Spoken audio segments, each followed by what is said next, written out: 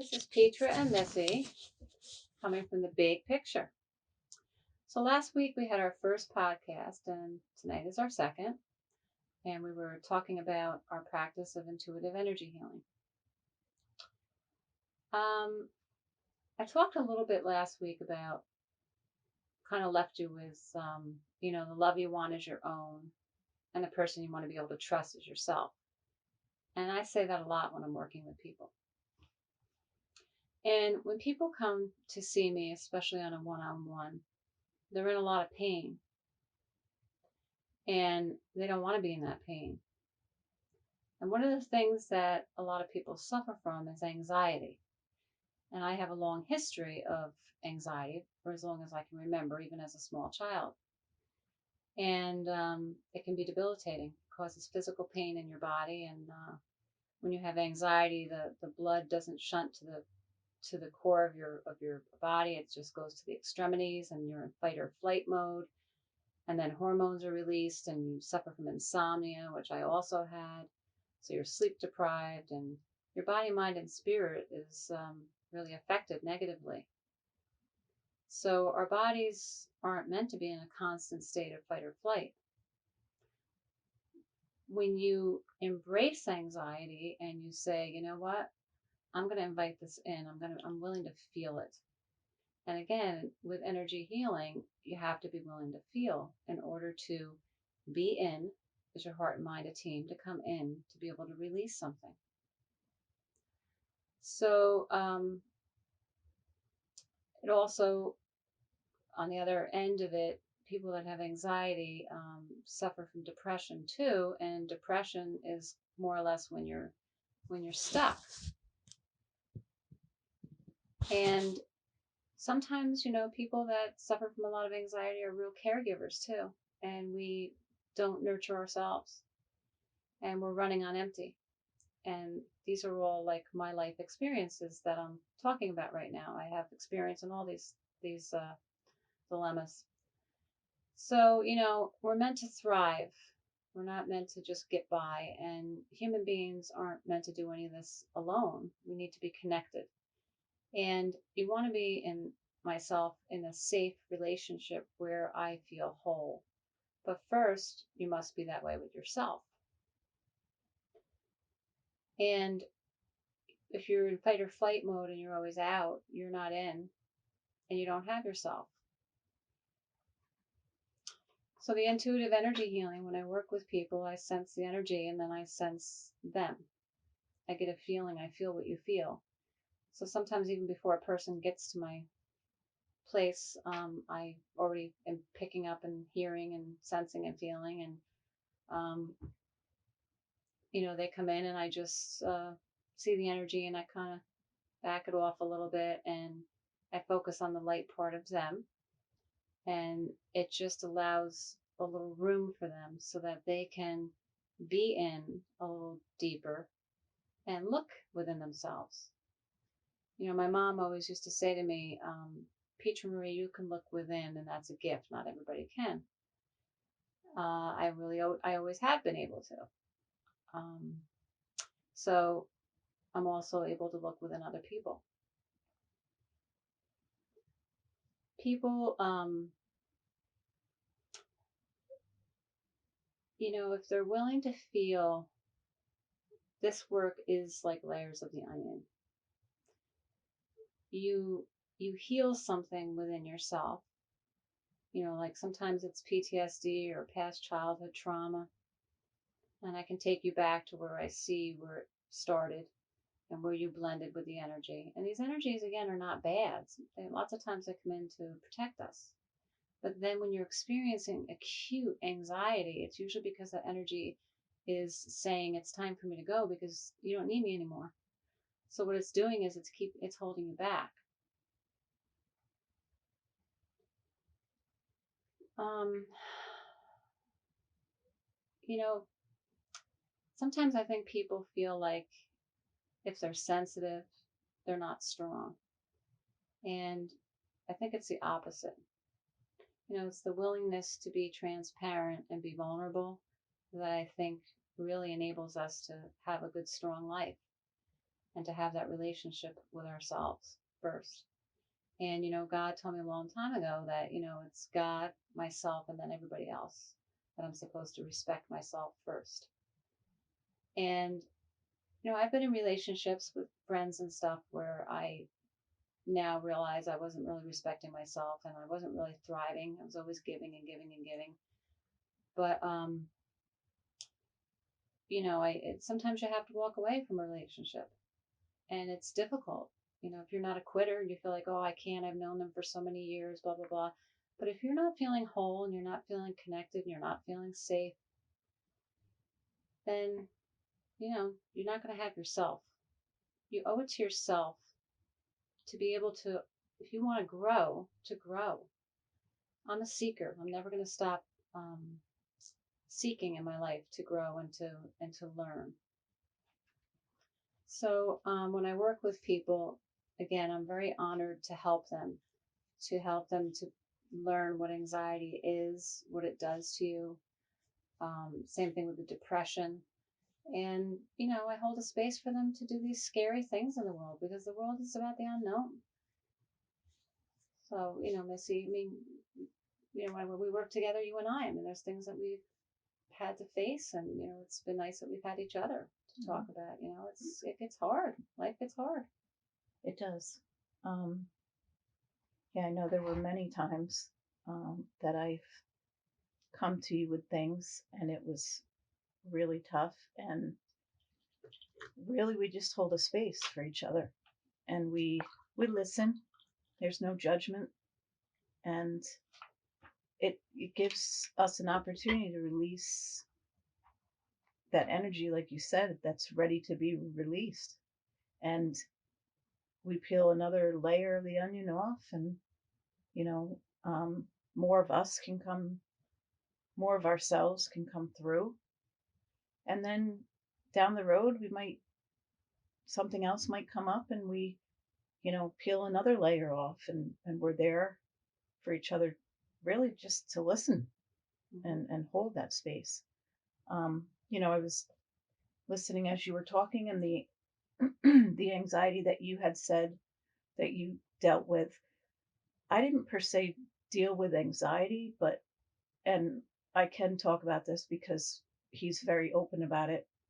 My youngest son was is was very anxious. Um, so I can, I'm a teacher, so I can pick it up in kids, and it's debilitating in them, and it's you, like you said, you can sense it before somebody comes. I can see it in a child's face, and I just know to maybe be a little bit, the best thing that I could say that I do with the kids is say, I understand how this could really upset you. Because just for them to really know that somebody understands. I say that to people, like, if you're in having a conversation with somebody, let's say it's a heated conversation. So let's say somebody's really lashing out at you. People will project their stuff on you all the time. Like last week, you said, it's not about you, it's them. It's about them. They're doing that to you, that's about them. Mm-hmm. And, the minute you take it personal, then you're taking it on, and it's really not your stuff. And that person doesn't even really have to feel it because you're absorbing it. But one of the things that you can do, which is not only beneficial for yourself so that you don't take that energy on, but it's actually being kind to the other person, is acknowledging what you're seeing. So like if somebody is looking angry and they're like really, lashing out at you, just stand there, get yourself in, go into your heart center and listen. Don't judge any of it. Don't let it hook you, because the minute you judge it, it hooks you. Mm-hmm. Don't let it hook you. Listen to it like it's just like a commercial. And then when they are quiet for a second, you look at them and say, I can see how angry you are. And then you zip it. You don't say anything. And you'll see the person comes in. And even if it's just for a split second, they're in and then they feel it. You're giving them the opportunity to come in. Because a lot of times people are not in at all. They're out and they're not in. And a person on the outside could look like their world is great, but on the inside they're suffering, Mhm. you know? But nobody gets to, dump their stuff on you unless you let them. I think we've all been in relationships like that. Yeah. But when you do this work and you do it because you want to have a good life, like I do this work because it's my purpose, it's my calling, it's what God put me here to do. And I really feel like I'm making a difference for others, but it's also bringing life to me because this is the language I speak, and this reality is just not enough for me. I don't care how good my life is, it's just not enough for me. So, the um, the relationship with yourself in doing this work, you'd be surprised how much you are able to. I don't want to say change, but you really do grow. You really learn a level of respect and love for yourself that you've never really experienced, even to give to somebody else. You you become home, like you really are, like a door opens and you're reintroduced to yourself, and you come home to yourself, and it's a good feeling. It Like is. it's a peaceful Hmm. feeling. I was going to say that when you had said that to if somebody is angry at you, just to say, I can see that you're angry, and stay centered with yourself. Mm-hmm. It really, there's no judgment in it because you're centered at towards them, but it really makes you feel like peaceful because the old you might have argued back and forth, or you know said something to try to defend it, and that energy hooks you when that happens. So it's a at least for me, it's a great feeling just to just be centered. And I don't want to say it's powerful, but the respect for yourself is powerful Mm-hmm. because again, you're not judging it Mm-hmm. if you're just stopping that energy. And but it's a great feeling, and just to have your self centered and respected. Last week I think I did spoke about the light bulb analogy a little bit, I think you did. and you know, when you do this work for yourself because you love yourself and you want to live a purposeful life, um, some people won't even come around you Mm-hmm. because they can tell that you really love yourself. And this is not an egotistical kind of a love. Not at all. People have always been like around me. They either want to be in my space or they really don't, because there's just something about me where if you're in my space, you kind of have to look at yourself. Mm-hmm. And y life to me isn't meant to be comfortable. Like you're not meant to be comfortable. Like I'm fine with being uncomfortable. Mm-hmm. Like this is uncomfortable. I mean, doing a podcast and putting myself out there is uncomfortable. It is uncomfortable. And the funny part of it is, I don't really care what people think of me, Mm-mm. but it's part of being seen. Right. It's about being seen. And I think I said this last week too. I'm not afraid of failure, but I'm scared to death of the death Mm-hmm. of success. Because in my life, I've always had this energy around me where people were envious of me. Mm-hmm. And another thing my mom used to say was, jealousy is a terrible thing. And I used to think she thought maybe I was jealous. And that's one thing I'm not. I mean, I've had my things to work on, like disappointment and patience and stuff like that. But, I've had a lot of that energy around me, and I played small. I played small. So this other energy came in to have me play small so I didn't get hurt. So it wasn't a bad thing. It came in and it was like a little blankie, that said, I'm here to protect you. And I kind of hid. Hmm. I dimmed my light. And that's what we do. We're human beings. But in doing that, I'm not being the best me. I'm willing to push myself. And I realize that that's not for everybody. Not everybody's willing to do that, and that's okay. Hmm.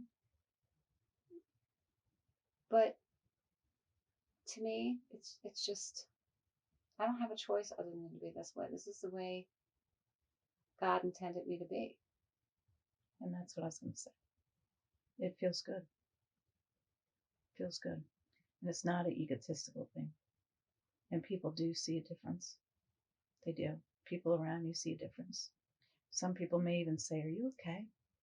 You know, you seem different." But it's a good feeling. Mm-hmm. There's people, like I said, that come to me when they're doing the one-on-ones and they're really hurting, they're really grieving, like maybe the loss of a loved one, or like they've lost their job, or a divorce, or addiction, or just anything that they're struggling with. And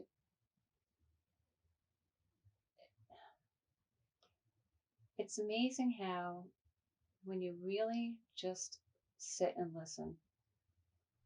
just listen to somebody so that they can talk. We're not, like I said last week, we said several times, you're not broken. Nobody needs to be fixed.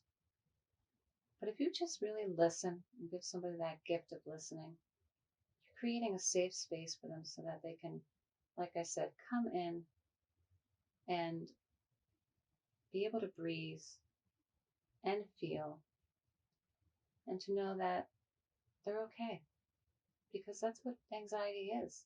Hmm. You're out Hmm. and you're just running and you're running and you're running and you don't even know what you're running from. And it becomes a pattern and it becomes a habit. And I know that I would go months without sleeping. My anxiety like that started, like I said, when I was a little kid. I had anxiety my whole life. And I think a lot of that was because of my intuition. My anxiety is my intuition. Now I've learned how to work with it. But when my anxiety got really bad was when my mother passed away. And it was the fear of the unknown, because my mom held everything together. And I knew, oh shit, she took care of everything and everybody, and now what's going to happen? So, I remember thinking, I'm going to have to step up and I'm going to do what she did. But the problem is I wasn't her. I was just going to say that. And I wasn't meant to be. Hmm. And I remember one day in particular, it's funny, I was in the beauty parlor and I said out loud to myself, okay, I'm going to get up every morning and I'm going to vacuum before I start working. And then I'm going to work, and then I'm going to do this, and then I'm going to do this. And I can remember being outside of myself and hearing myself say this and thinking, this is crazy. But did you really want to do that? Well, I remember thinking, this is like crazy. But I knew at the time, like I said, I heard it outside of Yeah. myself, because I always had that ability to know if it's coming from within me Hmm. or outside of me.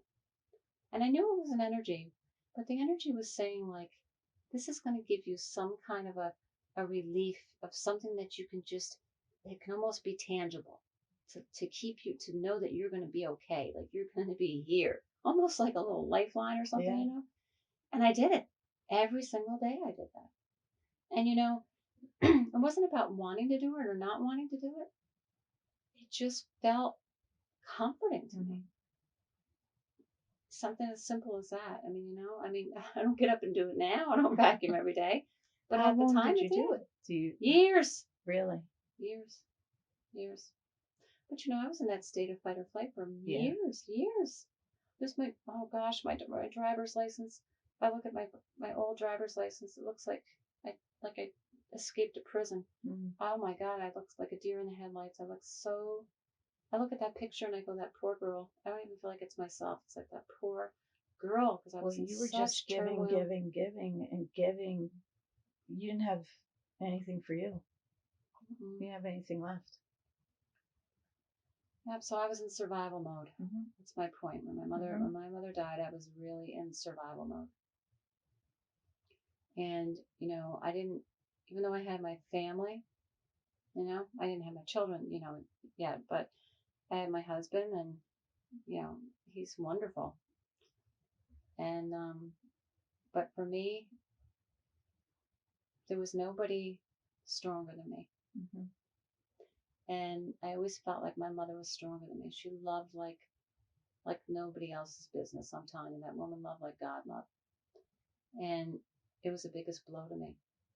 I think of her every day. Hmm. I think of my mother every day, and she's been gone 33 years. Hmm. I was 22 when she died. She was 49. And, I am the person I am today because I had her and because I don't have her.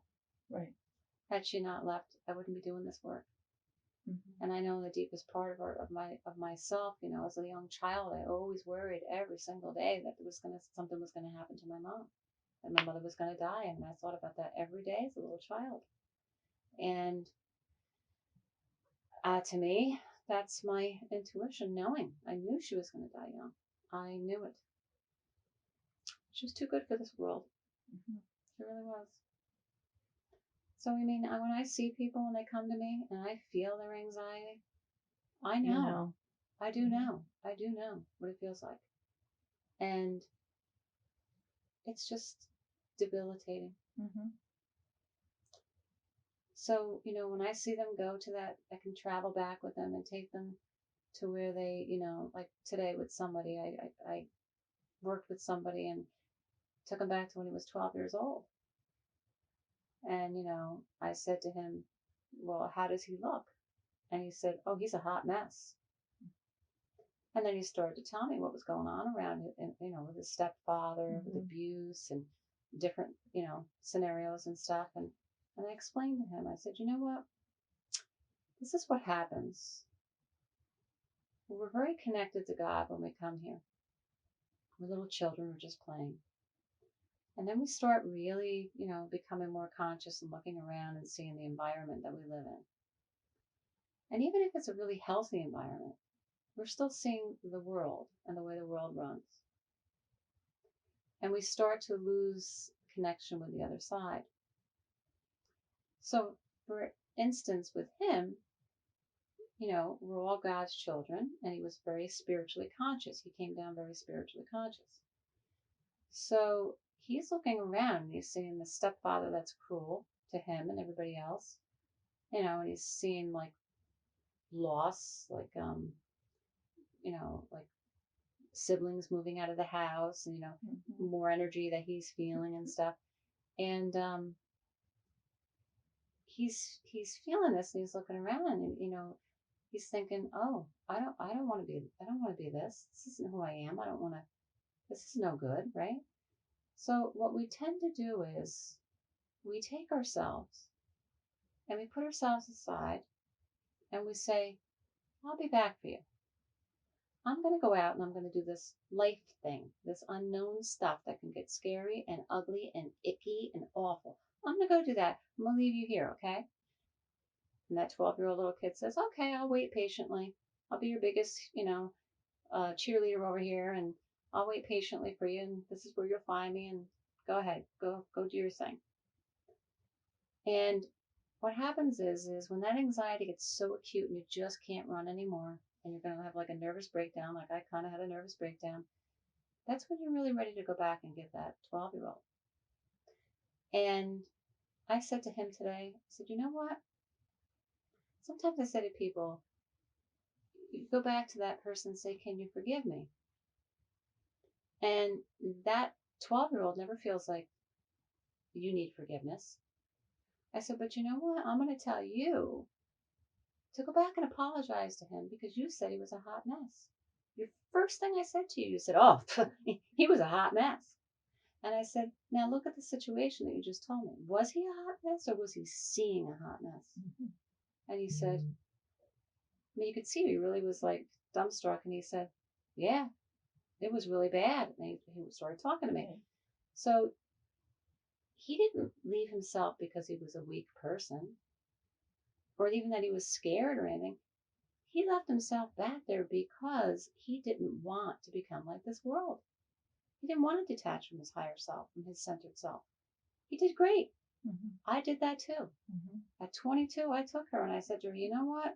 I'm going to put you over here and I'm going to go vacuum every day at such and such a time and you Mhm. can watch me and see me. It's going to make me feel a little bit safe Yeah. because that did make me feel safe Yeah. in a weird way. Like I knew I could count on that. Mhm. Every morning I'm going to go get that vacuum and I know I can count Mhm. on it. And Like I could you count on had my mother. control over it too. Yeah, control. Yeah. Yeah. So, you know, we go back. We have the opportunity to go back and get ourselves, and it's beautiful when you see a person do that. Like Mhm. today, witnessed it right in front of my eyes, and he came back, and he was grateful. He Mhm. thanked me, Mhm. and then I said to him, "Now, get your ass in the car and go ask him what he wants to do today. Maybe he wants you to go to Dunkin' Donuts and get him a hot chocolate." And he was laughing.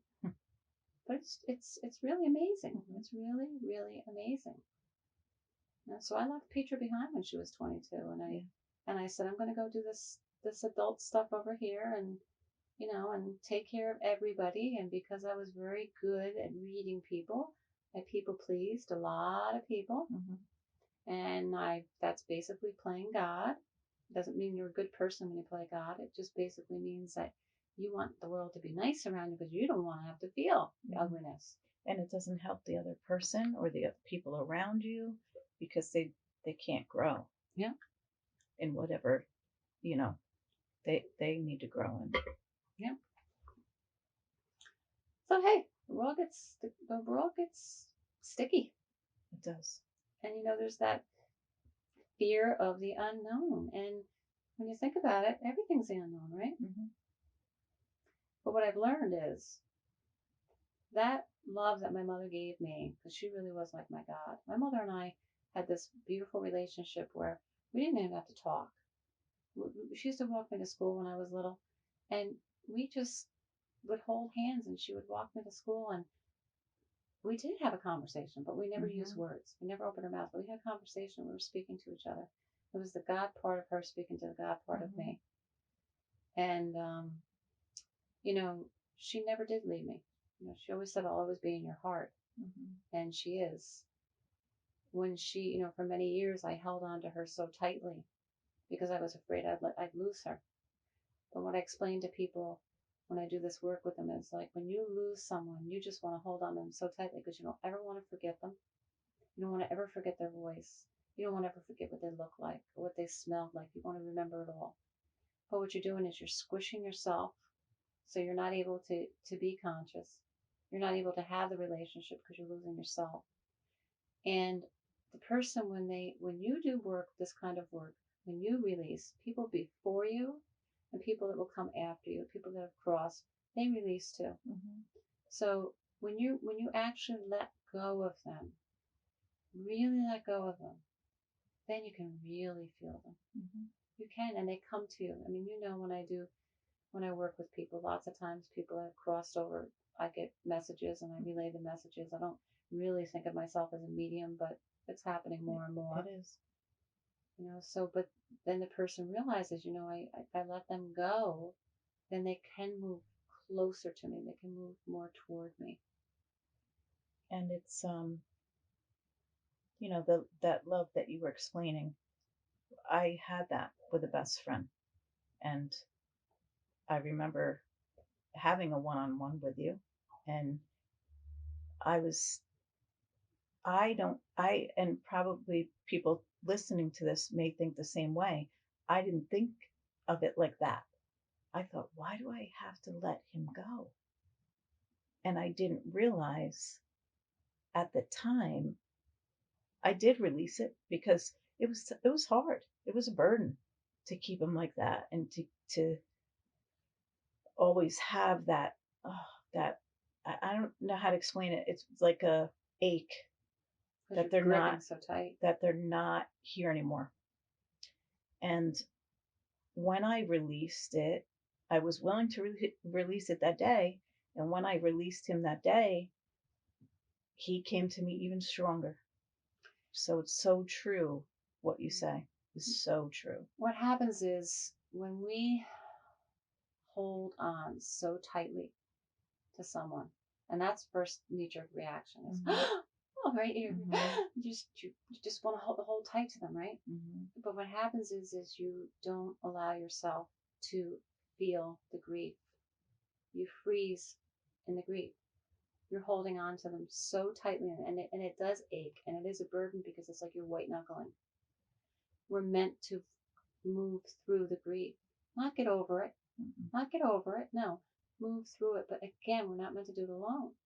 So when I work with people, I hold that space for them so that they can grieve, cry. Sometimes there's anger and grief. Mhm. Sometimes like, why did you leave me? Or Mhm. maybe it's a difficult relationship where your parents were abusive, but yet you still love them and you're missing. So not only are you crying because you lost your parent, but you're also crying because you don't have any chance at a better relationship now with them or Right. anything. Love Right. is really complicated. Love is Mhm. really complicated, and grieving can be very complicated.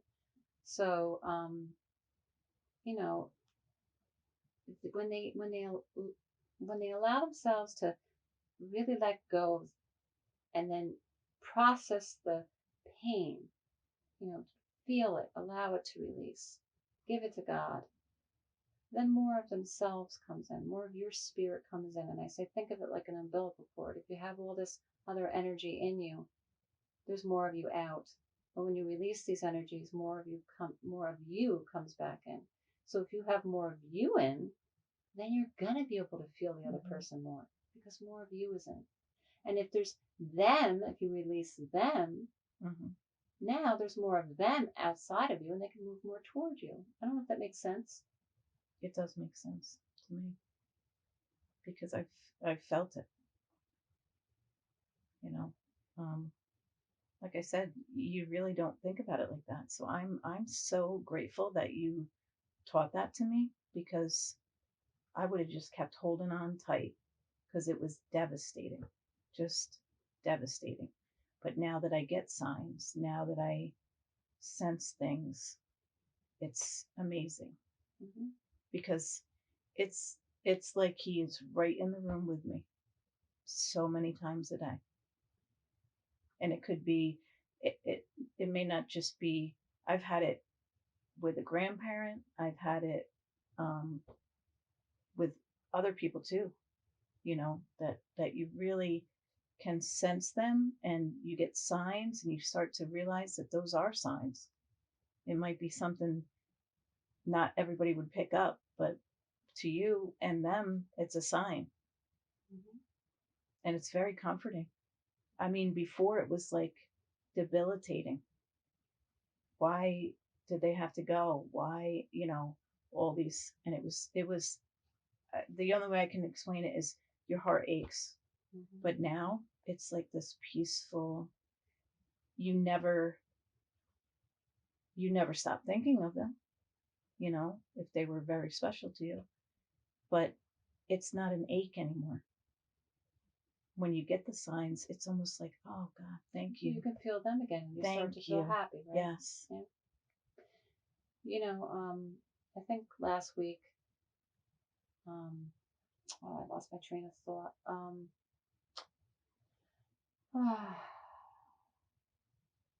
Oh, I was saying that human beings, we really expect too much of ourselves and other people. Like, just expect people to be crummy. Like, human Hmm. beings are going to hurt you. They're self Yeah. centered, they're greedy, and blah, blah, blah. But, when there's these different parts of ourselves, there's our human self, there's that higher self, which is the voice that guides us, like I said. And then there's this centered self, which is that deep part of you, that's that God part of you that doesn't judge, isn't attached to anything. There's no right or wrong. There's not, I'm going to prove my point to you. None of that. There's no attachment. So I say to people, for instance, getting back to anxiety, let's say you have to go to a party and you really don't want to go to the party. You don't even know why you don't want to go to the party, Hmm. but you don't want to go to the party. And that used to happen to me a lot because when I would go to the party, I was feeling so much around me Yeah. and it was hard. But yet, you think I really should go to the party because, it's my boss's Christmas party and my husband really wants to go and blah, blah. So you convince yourself to go. You can go and be in your mind and, regretting it and plus mad at yourself for going because you're not listening to yourself.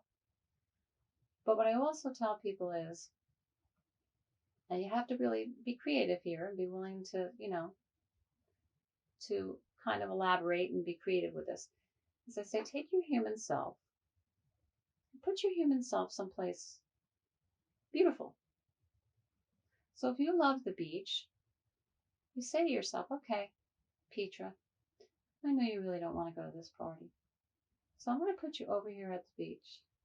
You allow yourself to remember what it's like to go to the beach, like the warmth, the sand, the seagulls, the water, the crashing of the water, the smell, everything. And you visualize yourself. You just close your eyes and you visualize yourself at the beach. And you say, okay, Petra, now, centered self is going to go to the party. And I'm going to even leave a cell phone here because I'm going to check up on you because I love you so much. I want to check in with you, make sure you're okay. I'll probably be back home around 9 o'clock. And you go to the party and you kind of remember, oh, I left Petra home, George. I left her at the beach. Petra's at the beach. And you go there, and what happens is you are in your centered self. And when you're in your centered self, you're not playing small. You're not out where the anxiety is, but you're not squashed where the depression is. You're in, your heart and mind is a team, and you're observing. You're just observing everything around you. You're not connected to any of it. Therefore, you're not being bombarded. You don't get slammed with energy if you're very sensitive because your energy is out. So the energy can't come slamming onto you, which I teach you also is how to get your energy and let your energy out so you're not so bombarded all the time. And you're not depleted. Mm-hmm. And then after the party, you just visualize yourself going back to the beach, saying, okay, the party was such and such, and now, I'm going to take you back and you blend back with that human part of you. Because I truly, for myself, I believe there are these different parts of ourselves. Mm-hmm. Just like we have that in our internal home, we have our mother within. That mother within, she knows everything that's going on with us all the time. We don't have to talk to her and tell her. She views us, she watches, and she loves us so completely. And is always there for us to comfort us. And again, I visualize myself climbing up onto her lap. Like when I miss my mother or whatever, I climb up into her lap and cry. She just rocks me. She never speaks. She just rocks me and loves me. We're all little kids. Mm-hmm. We're still little kids. It is a good feeling, though. It's a good feeling when you do have a chance to use all those different parts of you. That centered self is good. And you and I both, have been in places where we've both reminded ourselves centered self. And it's like, and when you practice it, it's awesome because there's no attachment to anything. Yeah. I find actually that really I'm in my centered self a lot of the time. Mm-hmm. Yeah. And when I'm in my human self, I really feel the struggle. Yeah. It doesn't feel good. No. And so the more you do this work, the more you identify more with your centered self and you do the human self. And I think when I was little, I did it. I observed a lot, and you did too. Yeah. You're just observing, and at that time we didn't know, but if you think about it, we were closer to the other side. Oh, yeah. Because we were little. And like you say, we take all our environment on and everything on, and the observing. I remember, like I said, I think the last time I observed a lot, and I was peaceful observing.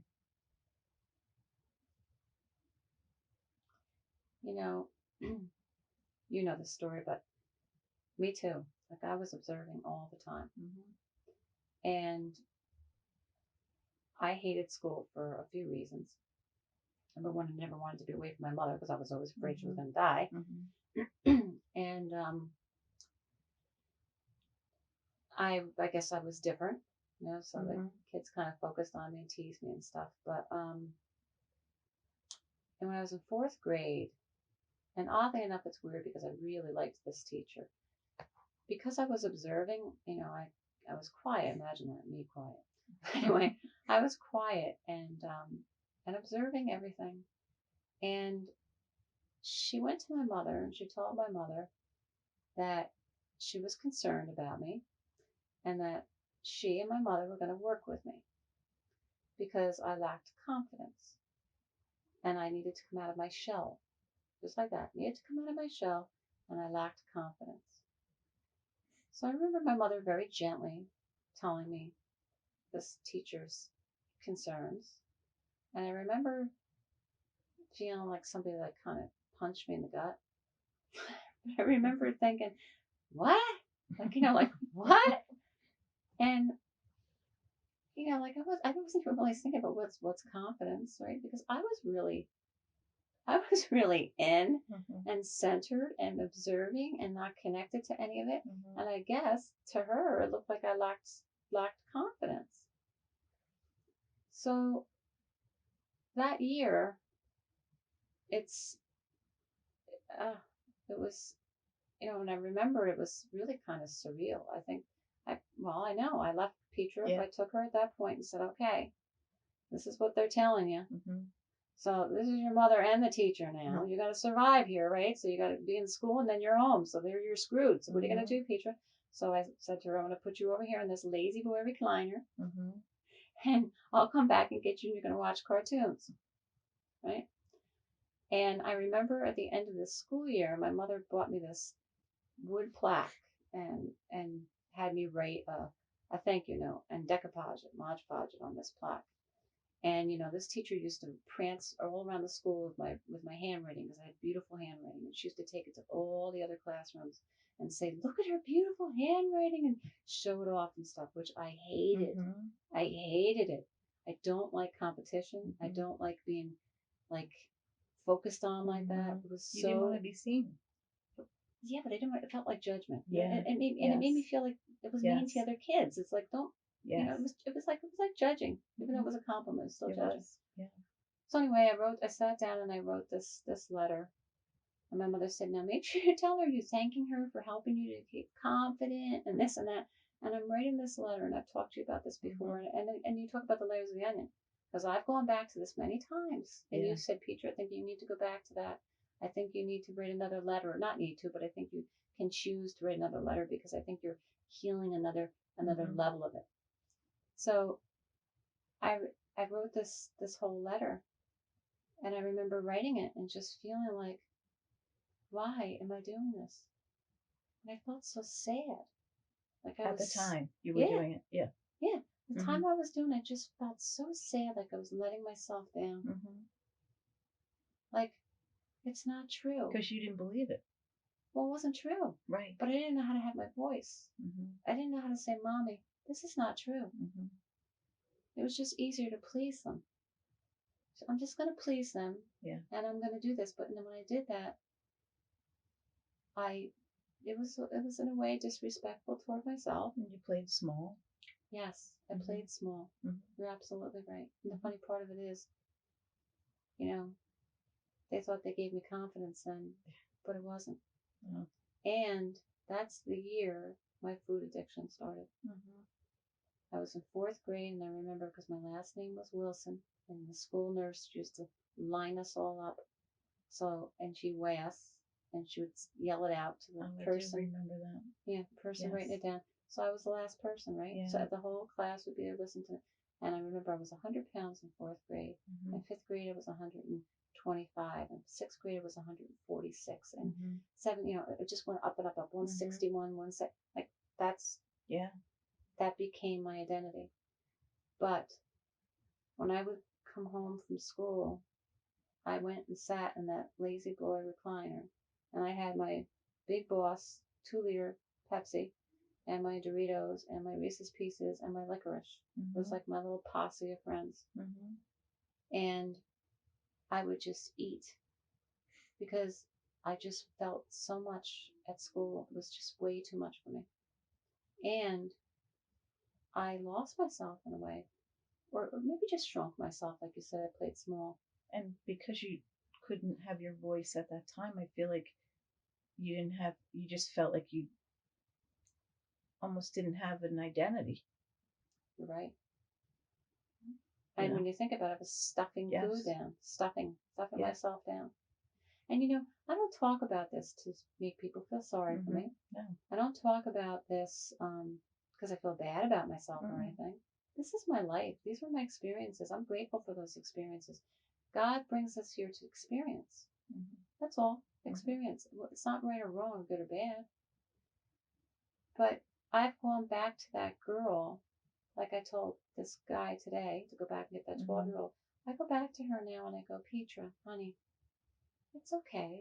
They didn't do that to hurt you. And what I really realize now is maybe they were the ones that lacked confidence. Mm-hmm. Maybe they weren't confident. I know my mother wasn't a very confident Right. person in a lot of ways. She Mm-hmm. was not wanted as a little kid. She had a really hard life. Mm-hmm. And she took care of everybody. She didn't take very good care of herself. Um, so again, I think they projected, especially I think the teacher really projected a lot onto me. I do too. And she wasn't a bad person. I No. actually really liked her. She was funny. And she liked you, Yeah. you know? Yeah. I don't think it was intentional, but it was definitely projected onto you. And too, sometimes I think that those people are put in your life for a reason because that happened and it is an experience. And it's also an experience that helps me to work with others. Right. So it's almost like she was there and it was planted, it was supposed to happen. Mm-hmm. So that's why we always say it is what it is. Yeah. We might not know at the time why it's happening, but sometimes you can have a little bit of trust that, maybe a year from now or whatever, I'm going to go back and say, you know what, now I understand it. It's true because the way you know the way you felt. So when others come to you like that, you know that feeling, and you're, you know, better able to help them with it. Yeah. So, having your voice is very important. And it's scary to have your voice. So, like when you're in a relationship with someone who doesn't make you feel safe, and when I say doesn't make you feel safe, I'm not saying that they are taking care of you and doing everything for you. That's not what I'm talking about. Feeling safe in a relationship is being able to be yourself Mm-hmm. at any given moment, whatever you're feeling. If you're grouchy, you're grouchy. Mm-hmm. If you're happy, you're happy. Just being able to be yourself and feeling whole, and my dad used to say, you're going to find you have a lot of acquaintances in life and very few friends. If you have one true friend, Mm-hmm. consider yourself lucky. And the relationship that I have with God is God's like my friend. Right. I grew up in Episcopal church and went to church every Sunday, and I'm very glad that I had that foundation and I believed in God, but I never had a working relationship with God. Mm-hmm.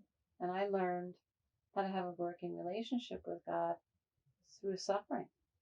When I lost my mother, um, I went to hospice grievance group, and like I said, it was a group of people, community, feeling the same thing, going through the same thing at the same time, Mm-hmm. grieving together, listening, holding a space for each other.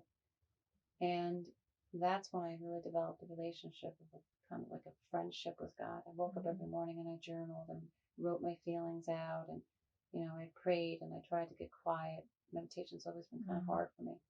Like if I garden and when I'm working with my flowers, that's how I meditate. Mm-hmm. Um, but I I have a really great friendship with God, and you know I don't know what I would do without my faith. I feel the same way. I grew up Catholic, and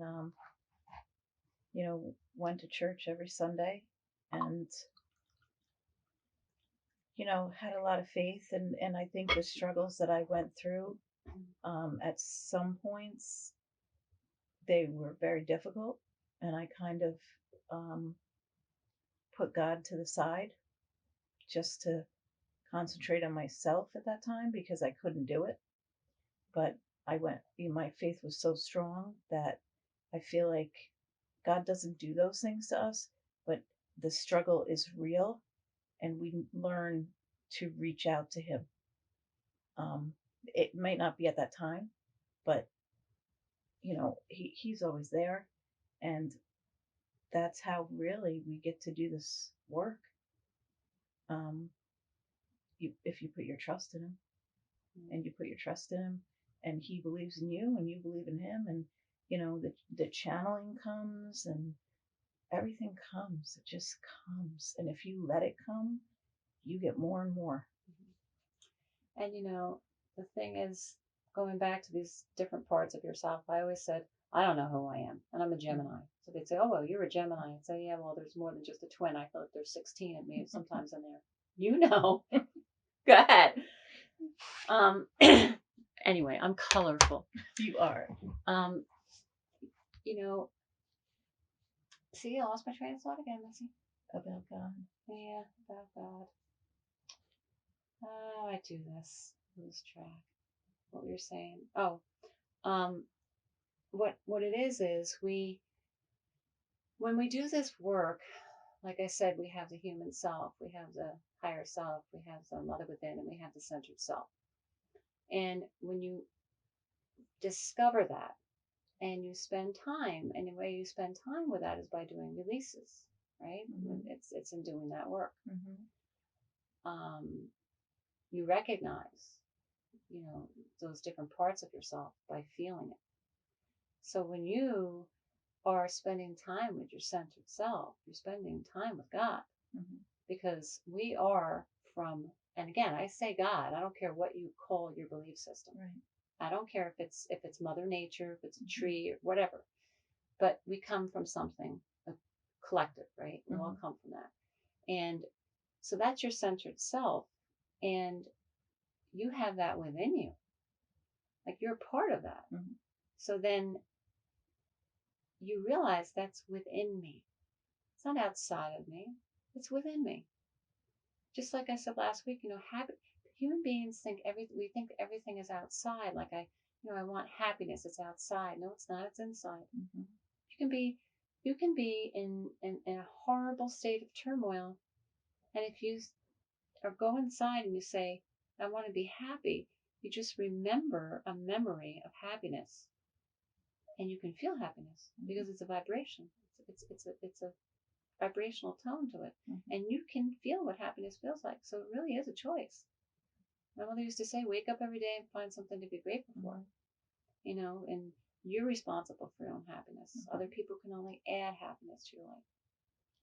So you get to choose. You're right. And there's I know a lot of times, I've come to you or said, I was really off or I wasn't having a good day. And you said, but inside, you're good. You're fine. Yeah. So, I'm able to again, like I can look at a person and you see their human selves come walking in the door and it's like, oh, I can see all this energy on you. I can see how shook up you are and everything. But if I look in your center, I can see how you're just grounded and you're flowing. And that's what the energy work is about. I can separate the energy from you. But outside could be a little crazy. Mm-hmm. Yeah. Mm-hmm. And that's, I think, what I mean. Outside could be a little crazy, but your centered self, you're fine. And I've said that to my kids a lot of times too. Something would happen and I said, but you're okay. You're okay inside. And it really gets them in. It really gets them in because they're like, oh, I am. But you see, there's another example again. Because when they're, like when you said it's a little crazy, mm-hmm. It's because they're out. Right. They're out, and that's where that anxiety is, right? Mm-hmm. Whatever's happening. Mm-hmm. But when you say, but you're okay, in your center, you're okay, they will calm down because they look inside. Just like when a person's yelling at you, if you don't take it on, right? Mm-hmm. If you just acknowledge it and say, oh, I can see you're angry. There's space and time for a person to stop and feel. Mm-hmm. When you're saying, oh, but inside, you're fine. There's a space for them to stop and come in and feel. Hmm. But I mean, I really, not when you first do this, you really don't look for that. But the more you practice this, you really feel that they're okay. Oh yeah, you can see it. You really see it that Hmm. they're fine. Because you see energy. Hmm. People don't realize that you see energy. Hmm. We all see energy. And I'll often say to them, but in this present moment, think about the present moment. Hmm. Because a lot of times we're in the past, a lot of times we're worrying about the future, and that's what I've used too with them. I say, but in this present moment, you're fine. You know. Yeah. So. So right now, you know, um, it's a hard time for people. Holidays are a hard time for people. This the COVID stuff is scaring people. Hmm. Numbers increasing, and Hmm. it's all that unknown stuff. And you know, all I can say is try to stay in. Yeah. Don't even. It's not about trying. Just do it. Yeah. I people say when I have them here, and they say, "Okay, I'll try." I take a pen, and if they're sitting in the chair, let's say there's a table between us, and I take the pen and I push it across the table, and I tell them, "Hand me the pen." And they kind of look at me and they pick the pen up. They always do, and they hand it to me.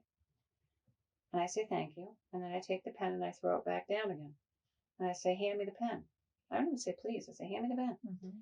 And they usually do it again, and they're kind of like looking at me like, but they do it again. Sometimes people do three, four, five times. Hmm. And then I stop and I go, "You didn't try, did you? You made a choice to either do it or not do it." And they're like, "You're right." So there's no such thing as trying. Hmm. And there's no right or wrong, but do it or don't do it. There's nothing to be afraid of because there's no right or wrong. No, it's And just what you choose to do. yeah, and just And do whatever you have to do. you may choose it one day, and the next time you may not choose it. Mm-hmm. You know, whatever's in your flow, like we talked about flow, whatever's in your flow, and So, this work is about wanting to be kind to yourself. Like I said, people come to me and they're in pain.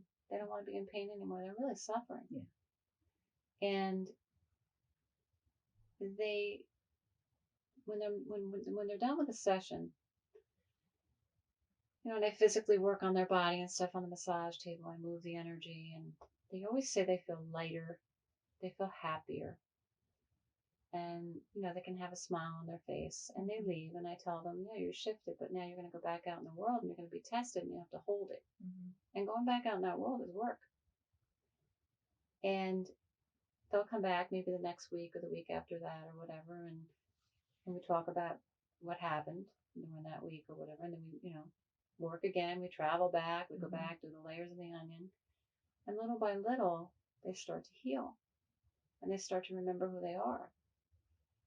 And then some people, you know they feel like they've gotten as far as they want to go, and they're done, and they go about their merry way. They Hmm. never forget what they've learned.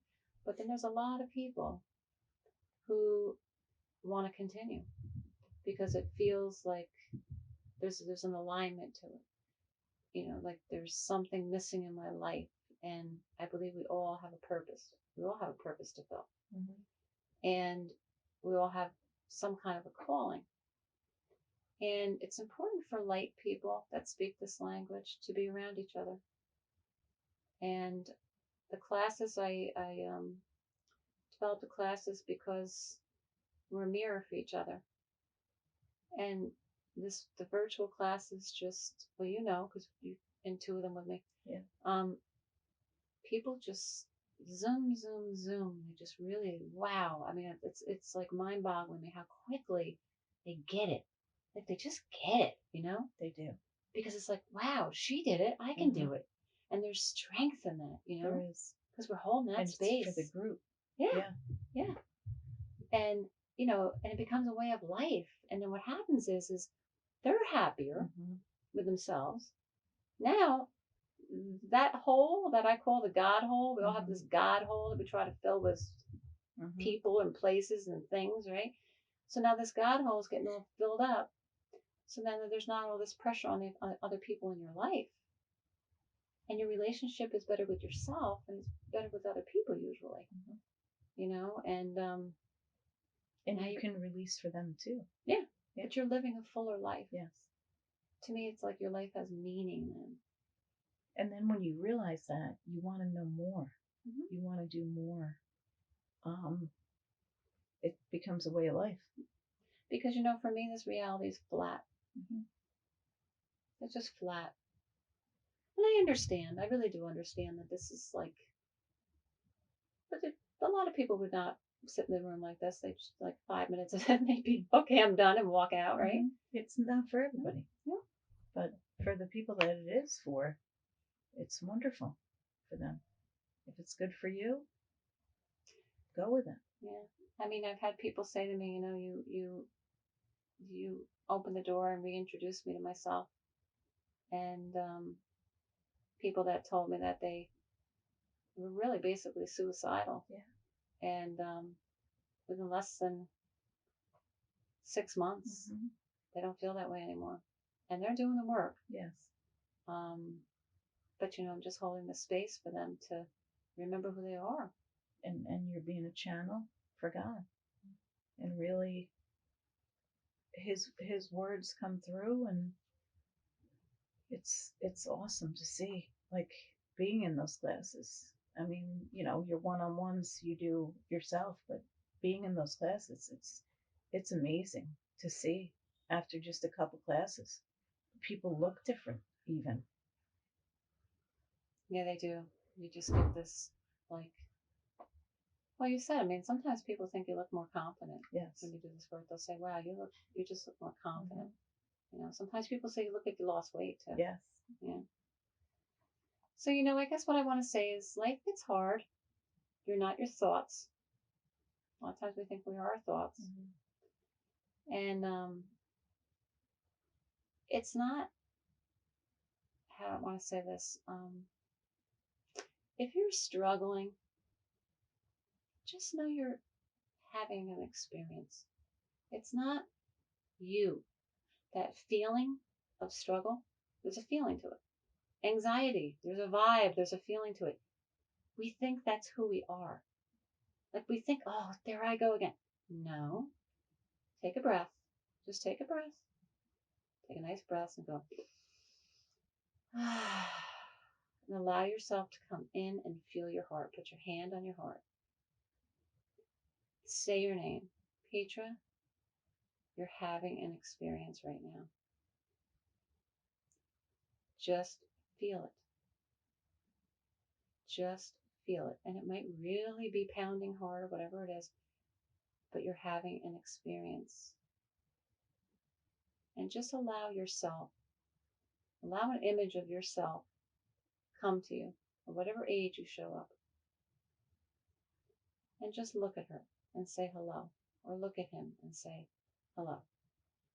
And just allow that energy, that whatever you're feeling, the struggle, the anxiety, the depression, whatever it is, just allow it to go, just like you're floating on the water. Our bodies are made of majority of more of water. And for me, it's like a reminder. Like if you're in the Hudson River and your boat, you fell out of the boat and you're going to drown or whatever. If you just relax and allow the water to take you and not fight it, right? It's going to bring you into shore. Hmm. If you fight it and panic and start struggling, you're going to drown because that water's stronger than you, right? Right. Um, and when you're floating, you might see a big log and do a side stroke a little bit and go back to floating. And that's what life is about, is Hmm. feeling it. So just feel it. Be willing to feel it. Say, I'm going to feel this, even if it's just for a second, because it's not you. It's a vibration. It's an experience that you're having, and it's not going to be there forever. The only way that you'll get in there forever or feel like it's forever is if you go out. And then when you're out, you get a little lost, and then you're stuck. But we're not meant to do this alone either. You know? So, with everything that's going on, just remember you're probably a very sensitive person. You're probably a very intuitive person. It's a gift, but it also can be a burden until Mm-hmm. you really understand it. There's a lot going on in the world, group conscious energy right now, fear of the unknown, virus, political stuff, holidays, memories. People think about the memories of the holidays. So just say, wow. And that's the thing. You have to really be dramatic with this, not just, Mm-hmm. oh, wow. No, wow, that's what that is. Like, really listen to your voice and go, wow, that's what I'm feeling. And just sit with that. You'd be surprised how that will calm you down. Mm-hmm. Simple as that. So I want to thank everybody for tuning in and try to be kind to yourself. No, don't try. Just do it or don't. There's no right or wrong. But be kind to yourself and know that you're loved, but know that the love you really want is your own and the person you want to be able to trust is yourself.